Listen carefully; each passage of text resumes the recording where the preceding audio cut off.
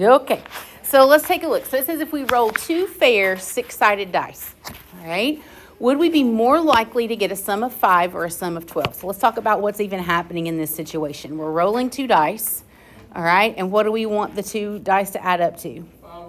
5 or 12, okay? So let's start with all the different ways that we could get 5, okay? So let's start with 5, all right? What could I get?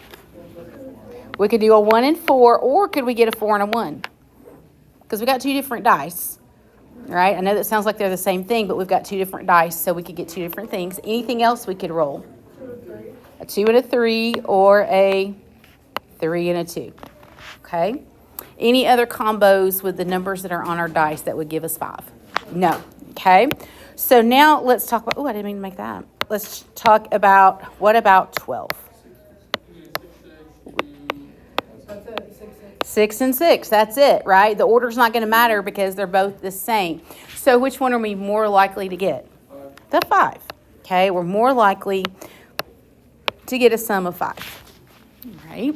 And so a lot of what we're going to do today is going to be looking at what are all the possible things that could happen, all right? We refer to that as a sample space in probability terms, but that's what we're going to look at, okay?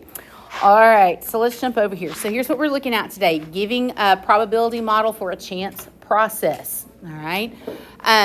Using the complement rule, and we're going to find that's really not terrible, but for a lot of us it messes with our brain a little bit. So we're going to talk about the complement rule, and then using addition for what we refer to as mutually exclusive events. So let's talk about this game.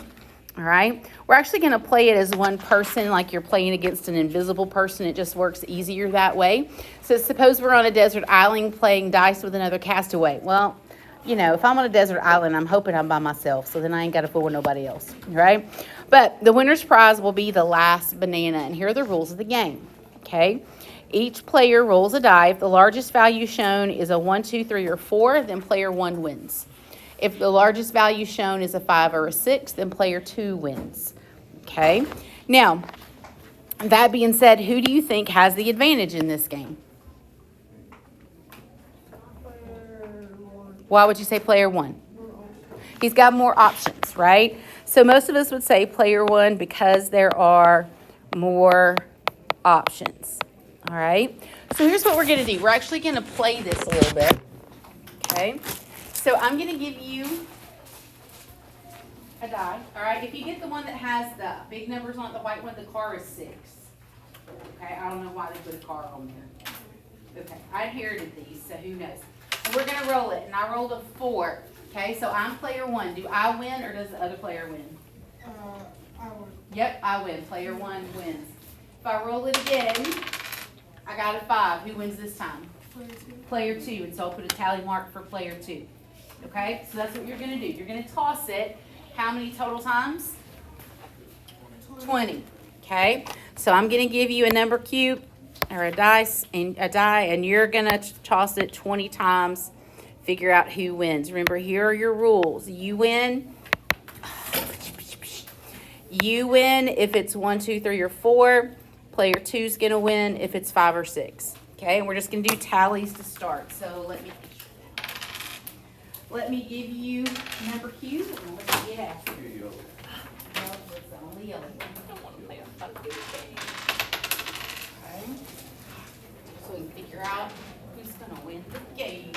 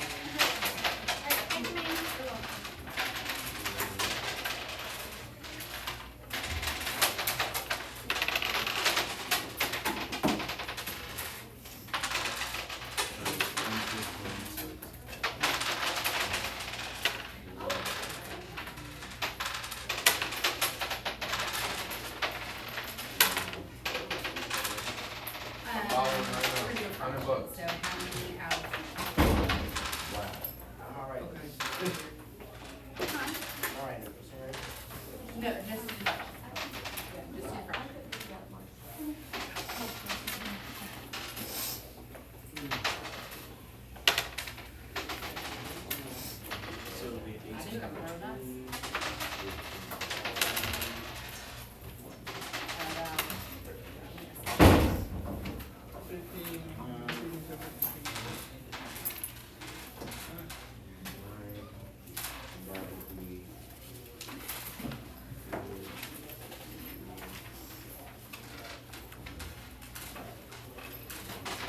toss your dice. Record your wins.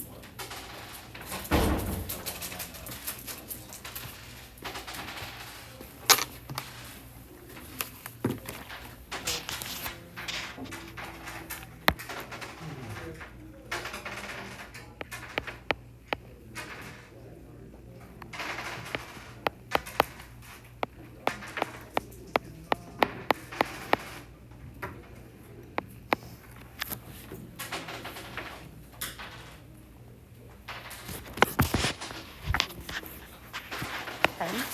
Record your wins. How many times did player 1 win? How many times did player 2 win? When you're done, you can bring me your die.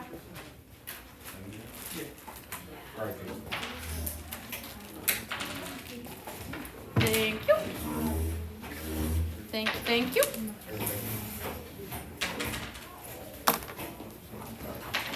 Thank you.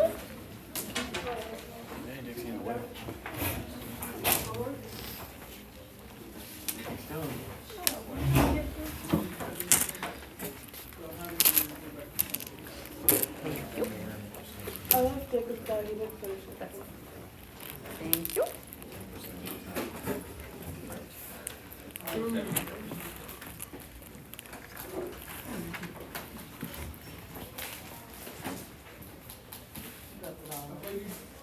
So I have them when we need them again. Okay, so let's talk about the proportion. All right, let's talk about the proportion. So on mine, we're just counting. We did how many total? 20. So I had 8 out of 20 and then 12 out of 20. So those were my proportions. Okay, that's what I had. So count yours and record that fraction. Okay, how many did you win? Write it as a proportion. Okay. Okay. So what we want to do is just collect some class data. Okay. So I'm going to add, all right, how many people we got? 2, 3, 4, 5, 6, 7, 8, 9, 10, 11, 12, 13, 14, 15, 16, 17, 18, 19, 20, 21, 22, 23, 24. Yes. Yep. So if you're looking at percentages, it just asks for fractions, right? It's what, 40 and 60? Yeah. Okay. So here's what I want to do. I'm just going to call it out because I'm going to add it up. All right. I need you to tell me how many people totals for player 1. Okay. I'm just going to get a big number. Okay. And let's go. So I need your totals for player 1. 15. Ooh. Okay. Player 1. 15. 16. Ooh. 16. Ooh. Okay. 14. 11. 14. 13. 11. 9. 14. 16. 15.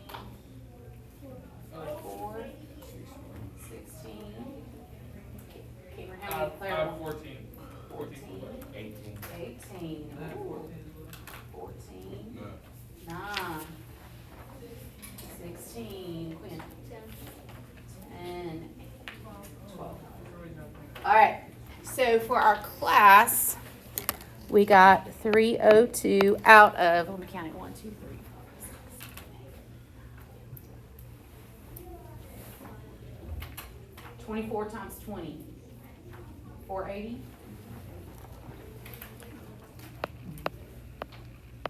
Okay. Now, I don't want to go back around and ask y'all to give me the other numbers. What could I do to figure out how many times player 2 won?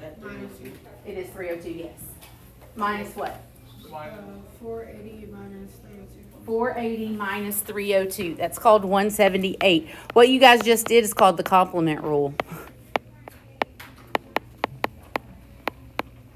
okay? So if you know one and you know the total, you can subtract to get the other, all right? It's what's left over, okay? So it's our complement rule. Now, let's talk about percentages because those are some bigger numbers. Do the percentages change? My percentages were 60 and 40. Y'all's were a lot, or 40 and 60. Y'all's were a lot different, okay? If I do 302 out of 480, that gives me about, what, 39%? And then if I do 178 out of 480, no way, that's not right. Yeah, I was like, oh. That's not right. I 302, got 60. You can just subtract. yep, that's 63. Hold on a minute. I can't do math. All right, 63%. That's better, right? And the bottom one should be 37. All right, why should the bottom one be 37? That's the remaining. Complement rule. Complement rule, it should add up to 100%, so we could subtract. Okay, so it should be 37, and it is. If you do 178 and divide it by 480, it is 37. Okay, so complement rule, we're subtracting, all right, to find out what's left. Notice how those change, all right? What was that rule that we learned that the more I do something, the more accurate it gets? We talked about this on, I think, Thursday. I don't know. Law of, Continuous. nope, close, large numbers. Okay, law of large numbers lets me do more and more things to get a more accurate answer.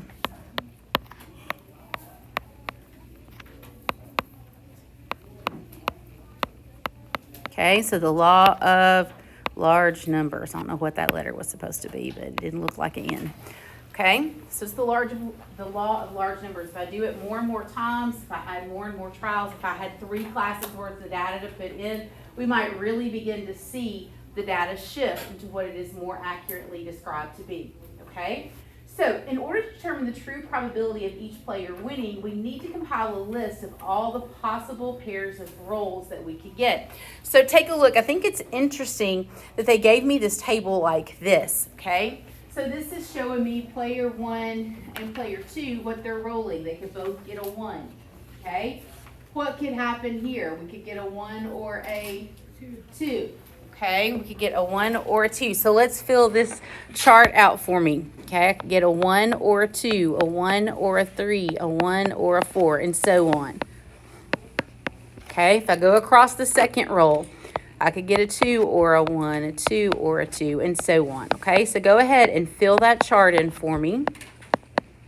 These are all my possible combinations of numbers that we could see.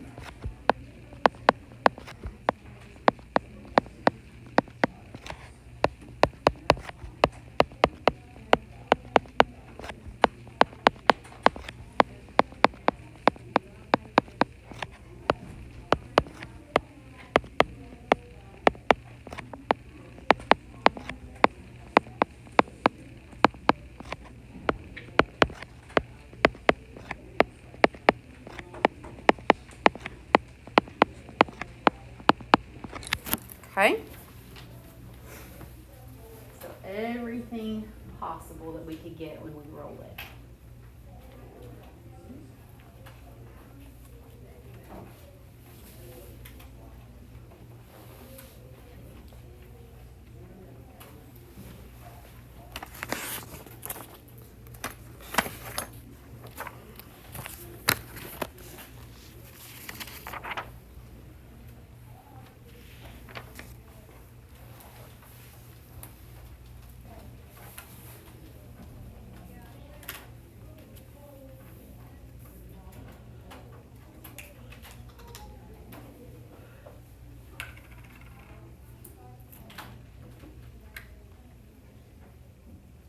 All right.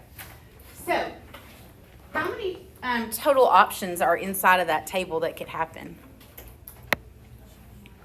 36. How do we get 36? 6 times 6. So we have 36 possible outcomes. This chart refers to what is called our sample space. Okay. All the possible outcomes are our sample space.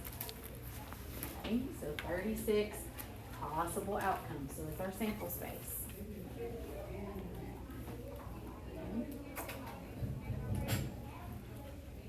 So let's go look at at some of these probabilities they want us to do, right? We're talking about what's possible based on all the outcomes there. So we want to know what's the probability that player 2 wins with a largest value of 5. So we've got to look at this chart for where the largest value is 5.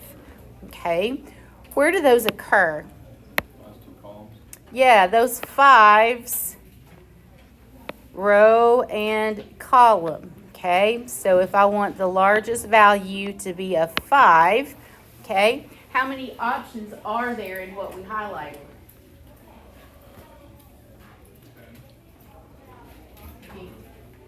9. Okay, we don't want to count anything twice. So if we count them, there are 9 options. Oops, right with a highlighter. Out of how many options in that table? 36. And so if we divided that, let's get a fraction. 9 divided by 36. What would that give me as a decimal probability? 0.25. Okay. If it asked me to convert it to a percent, what would we do? Multiply by 100, and I would get 25%. So I have a 25% chance of rolling a player 2 winning with the largest value of 5. Okay. The next one, what's the probability that player 2 is going to win with the largest value of 6? Right? So let's go in here and let's look at where the largest value is 6. We're going to look at that row and that column where it's 6. There's 11 of them, right? So we would have 11 options out of 36. And that decimal value is 0.305. Which would be about 30.5%. Okay? Yes.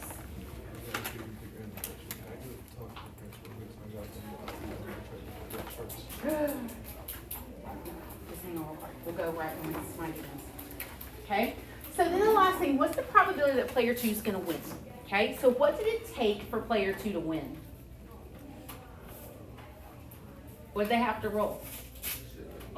5 or a 6. Okay, so we've done those two probabilities. So the chance for them to win is the combination of those two. It's the probability that we're going to 5 or we get a 6.